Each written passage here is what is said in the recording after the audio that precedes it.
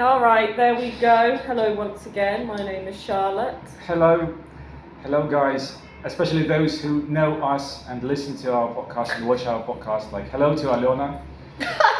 Hello. Alrighty. We were just talking about just talking. Yeah.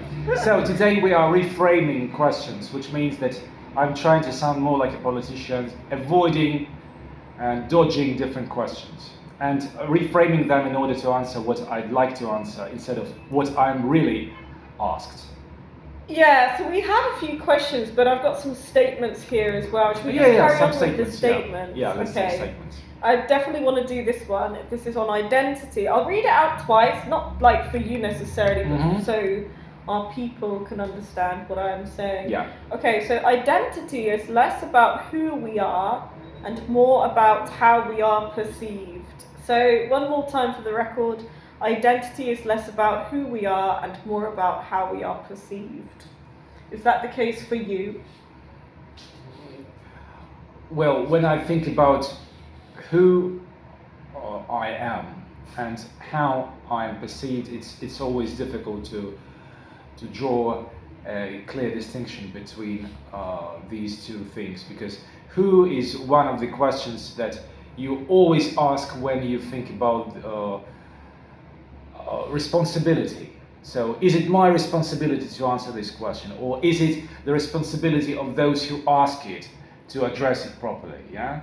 So it's always like this. Well, the way you are perceived is something subjective. So it's always the task of those who ask. Yeah. So at least now we know by simply arguing that how you are perceived is well, actually it's your matter. It's your problem. I mean, those who ask you how do you perceive me? Yeah. So you ask and you start answering it, because you are the only one who can answer it properly by looking at me, by listening to my answer. How are you perceived? Well, this is what I was just answering. So I am perceived in the eye of the viewer. How? Brilliantly. Try to force it out. Yeah. Just I think that I'm perceived as someone who answers this question. No, that's not what we want. Exactly. So well, that's not what we want, but at least we try to want something that we really want. Do you perceive yourself? Yeah, I perceive myself when I ask myself some philosophical questions, because it's all about reflection and self-reflection and self-perceiving. Yeah, and then I realized that I cannot answer the question without asking it. So that's the problem. Answer what question without asking? Any question, even about myself. Just try and answer some question about yourself without asking it first. What does that mean? It means that we are in a vicious circle of asking and answering. I mean, all our podcasts are just asking and answering. How do we end the cycle? We end the cycle by drawing a complete, perfect circle. Can you draw a complete, perfect circle? No, I can't. No, I can't. That's why we keep going. That's why we have our podcast. So until you can draw a circle. If you are a good painter, you can draw a circle, of course. I'm quite a good painter, but I don't like circles. And I don't like paint, because paint smells. Yeah. Well, get paint that smells nice. Or do you like anything? But you shouldn't smell too much, because you will get intoxicated, and we're against. I mean, when you start just smelling paint, literally. Why don't you just not do that? Sorry, what? Why don't you just not huff paint?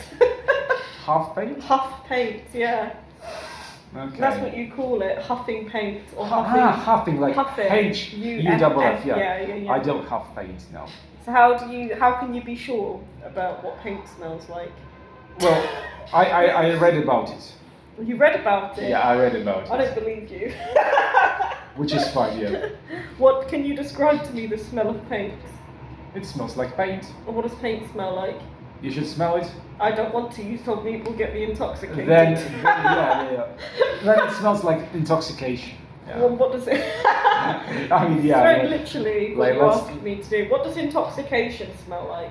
Intoxication smells like toxins.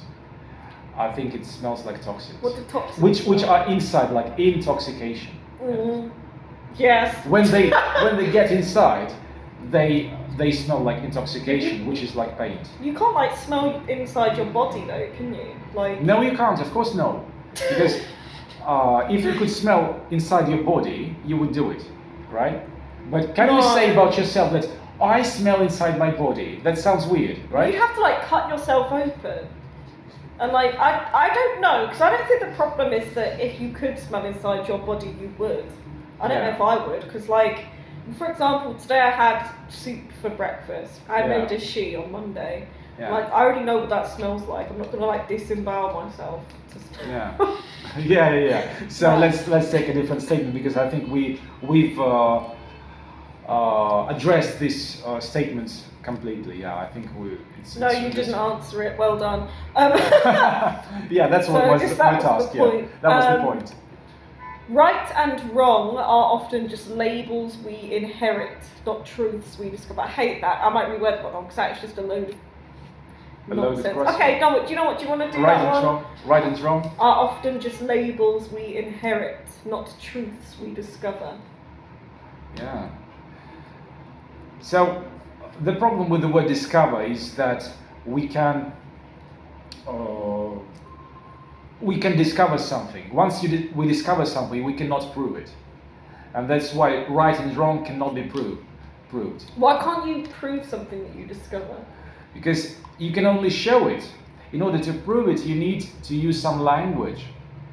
And once you invent a special language, because every time you discover something new, just imagine, just think for a moment, you discover something, which literally means that it has never ever been known, it has never existed in actuality. Then you discover it. Well- it's a true discovery. Okay. It's not like finding something, it's discovering something. What if yeah? okay. What does it count if I talk about like, okay, this water?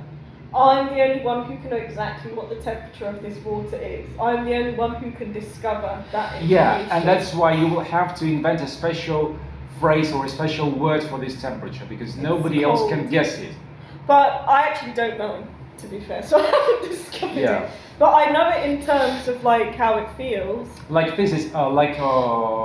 for example, physicists, yeah, they discover some particle, Yeah, Yeah. we just believe them. and we just believe them because they say it's called like, I don't know, like John. something. John, yeah, John, or John the Fifth, yeah, and we believe that John the Fifth is something very important. Do we? Well, some of us do, but some of us prefer John the Fourth, yeah. Okay, yeah. Of course, yeah. So it's clear that John the Fourth is preferable. But on what basis do you make that judgment about yeah, the so particle? we agree that this particle is right, then we like it. If it's wrong, so going back to the question, I think Yeah. distinguishing between right and wrong is like simply agreeing whether this particle is right or this particle is wrong. Okay, to take it back to the water. So let's say right and wrong are not truths we discover. So for example, right now, Yeah. what if I pour this water on you? I would be very disappointed, yeah. Like, But that would probably make us get more likes for the video, yeah. But let's I can do enjoy like it. an ice bucket challenge on No, you. Do you thank remember you. that from back in the day? Yeah, yeah. I never did that actually. Mhm. I mean, like, right and wrong are often just labels we inherit. Labels, What if you yeah. haven't inherited a label? What? Sorry, what I? What if you don't inherit a label? Then you should just be happy because you do not have to take responsibility for this inheritance. So do you Which think is you have wonderful. inherited from David and Linda? I haven't Right or inherited wrong? my gift to dodge questions and to phrase them in such a funny way that nobody would ever understand me. Do you think your parents are right and or wrong? They are more of, yeah, I think they are right, because I have to agree that they are always right, even if they're wrong. So are they right, or do you just like them? I like them when they're right. And when are they right? Yeah, they are right when I like them. So it's a bit of a vicious circle, but it's vicious not in a bad sense, but in a good sense. You can't get away with that one every time. When do you like them? I like them when they agree with me. Ah, okay, when they agree with you. Yeah, simple. So, what if you say, like, I think we should kill everyone now, and they say, yes, we should start with killing you, right? Yeah. What, in that scenario? In that scenario, I would say that they're being a tad aggressive. But are they being right or wrong? They're being just, I think they're being playful in this case. No. Because I hope No. that it's not. No. It's not. No. It's not right. It's not right to kill people, to begin with. But what if they agree? But what if you?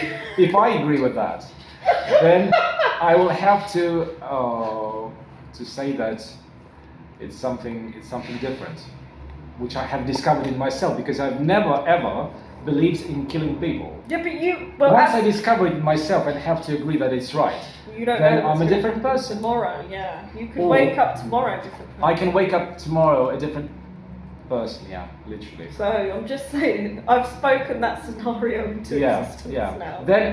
Then you've answered it already because I would be a different person.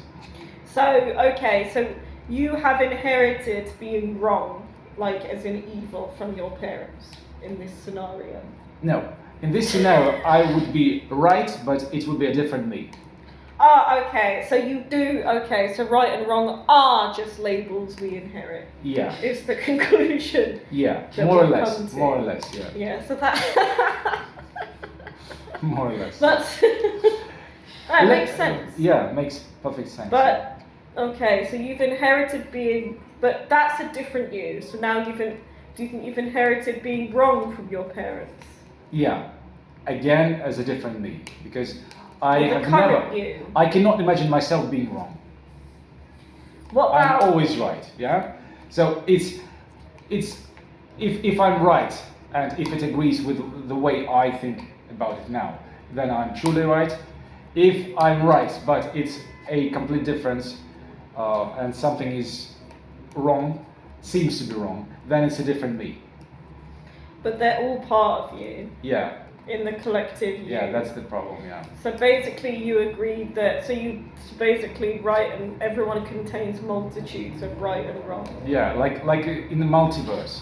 Right. Yeah. Okay. On that happy note. Yeah, on that happy note, we just illustrated how we can fool around and play with English.